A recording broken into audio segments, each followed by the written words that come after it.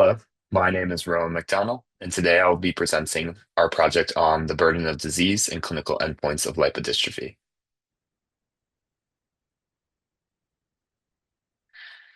So, as I mentioned, my name is Rowan. I am from the Chicago suburbs and am a rising senior at the University of Notre Dame in Northwest Indiana.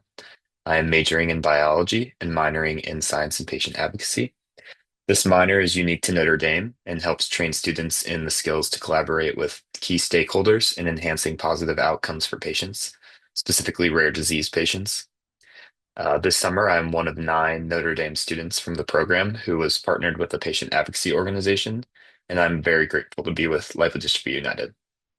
I have worked on a few projects this summer, but my main project has been to look at the burden of lipodystrophy as reported by patients and compare that to clinical endpoints. So, for a bit of background for this project, lipodystrophy is a rare and underdiagnosed progressive disease that affects multiple systems of the body, and it is characterized by an abnormal distribution or selective loss of adipose tissue or body fat from various parts of the body.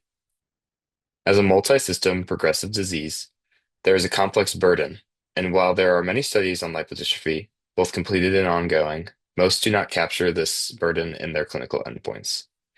For those who do not know, clinical endpoints are measures of patient health status or improvement. For example, a study with metroleptin may use triglyceride levels as an endpoint and see how they worsen or improve over the course of a treatment. PROs are patient-reported outcomes, and these are measures of patient health status that come directly from the patient. And while some researchers are including PROs in quality of life measures, it is not common for studies with lipodystrophy to look at the burden of the disease holistically.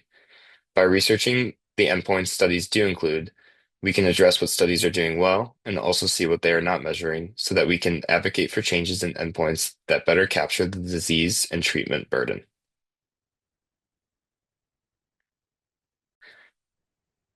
So, for the first part of this project, which is ongoing for me, being someone who was introduced to lipodystrophy this summer, I began by understanding the burden of lipodystrophy from the patient perspective. So what this looked like was looking at Lou's resources, so their most recent poster presentation and research on the burden of the disease, as well as the various lectures and research papers they had available. I then began looking at the literature myself, focusing on papers that included patient-reported outcomes and patient testimonies. And then during my trips to San Francisco and Ann Arbor for the Family Day, I talked and learned from patients and caregivers, which was very important and integral to begin understanding the lived experience with the disease. Next, we looked at the clinical studies themselves. So we went through about 40 trials on non-HIV and non-localized lipodystrophy using online databases and working backwards from research publications. Uh, we then found the most common endpoints and asked whether these endpoints match the burden reported by patients. And then our future aims of the project are to present this work to clinicians and researchers who are central to care and research of lipodystrophy so that they can consider patient input in the development of their trials. We also hope to involve the patient community in developing PROs that are more specific and appropriate to their experience and that highlight the whole burden, in addition to the metabolic burden of lipodystrophy. And that includes the physical, emotional, and treatment burdens that are not yet fully captured in clinical trials. So, regarding the current state of the project, we have gone through 38 clinical studies and looked at their endpoints. The most common endpoints are metabolic, so HbA1c, triglycerides, glucose levels, and various measures for liver health.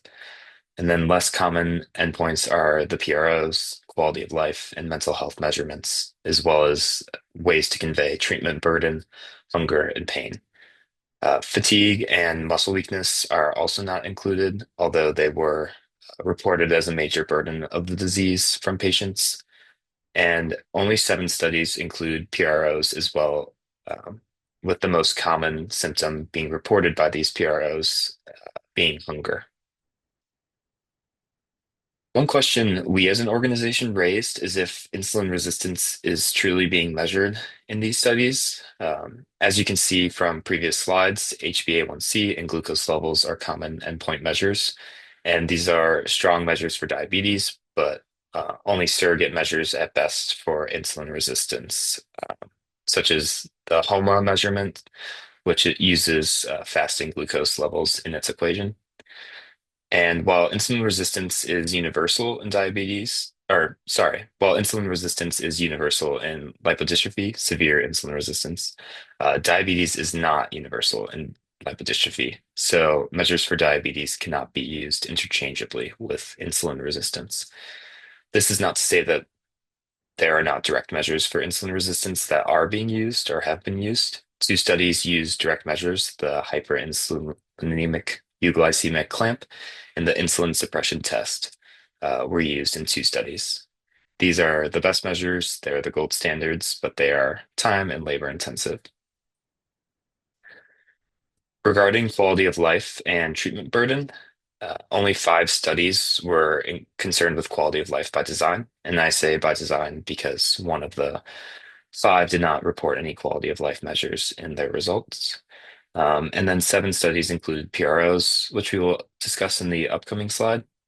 And as for treatment burden consideration, or yeah, as for treatment burden consideration, therapy for patients with lipodystrophy is often reported as difficult and uncomfortable, often requiring strict storage conditions, work to mix, and injectable medication that has added pain due to a lack of subcutaneous fat.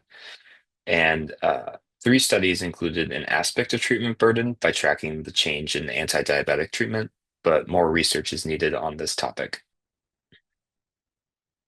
As for PROs, many of the harder to define symptoms were included within the seven studies that used PROs, and the most common symptom that was reported was hunger and appetite.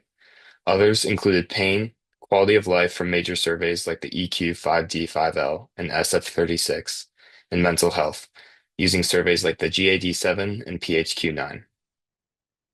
However, there were symptoms that were not included in the PROs that we have found through our own research to be a major part of the burden of the disease, and these include fatigue and muscle weakness.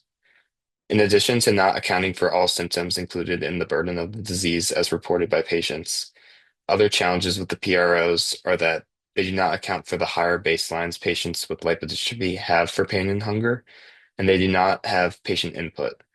Many of these measures are used in studies that are not specific to lipodystrophy. And for those measures that were created for lipodystrophy, the scores lack standardization. By including patient voices and working in a united fashion, we may be able to overcome these obstacles with PROs and capture the burden of the disease. In conclusion, we want to reiterate that the goal of this project is to have clinical trials with endpoints that align with the burden of the disease. So, by continuing to research PROs that are better able to capture the burden of the disease, and then presenting to experts in the field to consider their inclusion in future clinical trials so that the total burden of lipodystrophy may be addressed.